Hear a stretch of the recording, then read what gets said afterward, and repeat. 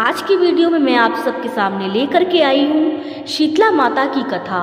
एक समय की बात है, एक बार शीतला माता ने सोचा कि चलो आज देखती हूँ कि धरती पर मेरी पूजा कौन करता है, कौन मुझे मानता है। यही सोचकर शीतला माता धरती पर राजस्थान के डुंगरी गांव में आई और देखा कि इस गांव में मेरा मंदिर नहीं है और ना ही मेरी पूजा होती है।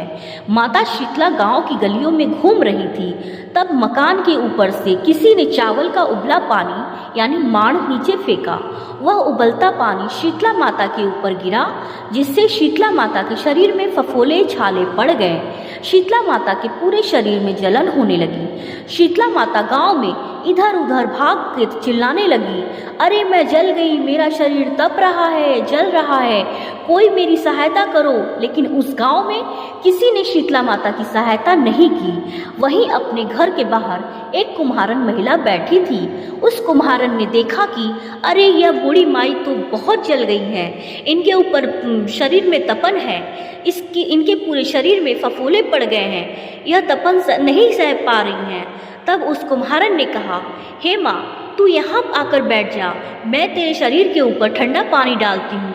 कुम्हारन ने उस बूढ़ी माई पर खूब ठंडा पानी डाला और बोली, हे माँ, मेरे घर में रात की बनी हुई राबड़ी रखी है, थोड़ी दही भी है, तू दही राबड़ी खा ले। जब बूढ़ी माई ने ठंडी ज्वार के आटे की राबड़ी और दही खाया तो उनके शरीर को ठंडक मिली। तब उस कुम्हारन ने कहा, आ माँ, बैठ जा, तेरे सिर के बाल बहुत बिखरे हुए हैं, ला मैं तेरी चोटी कर देती हूँ। और कुम्हारन माई की चोटी गूंथने हेतु कंघी में बालों में करती रही। अचानक कुम्हारन की नज़र उस बूढ़ी माई के सिर के पीछे पड़ी तो कुम्हारन ने देखा कि एक आंख बालों के अंदर छुपी हुई है। यह देखकर कुम्हारन डर के मारे घबरा कर भागने लगी। तभी उस बूढ़ी माई ने कहा, रुक जा बेटी, तू डर मत, मैं कोई भूत प्रेत नहीं हूँ, शीतला माता देवी हूँ। मैं तो इस धरती पर देखने आई थी कि मुझे कौन मानता है, कौन मेरी पूजा करता है। इतना कहकर माता चार भुजा वाली हीरे जवाहरात के आभूषण पहने सिर पर स्वर्ण मुकुट धारण किए अपने असली रूप में प्रकट हो गई। माता के दर्शन कर कुम्हारन सोचने लगी, इन माता को कहाँ बिठाऊं। तब माता बोली, हे बेटी, तुम किस सोच में पड़ गई। तब उस कुम्हारन ने हाथ जोड़कर आंखों में आंसू बहते हुए कहा, हे माँ, मेरे घर में तो चारों तरफ दरिद्रता बिखरी हुई है, मैं आपको कहाँ बिठाऊं। मेरे घर में ना तो चौकी है, ना बैठने को आसन है। तब शीतला माता प्रसन्न होकर उस कुम्हारन के घर पर खड़े हुए गधे पर बैठकर एक हाथ में झाड़ू, दूसरे हाथ में डलिया लेकर उस कुम्हारन के घर की दरिद्रता को झाड़कर डलिया में भरकर फेंक दिया। और माता ने कहा, हे बेटी, मैं तेरी सच्ची भक्ति से प्रसन्न हूँ, अब तुझे जो भी चाहिए मुझसे वरदान मांग लो।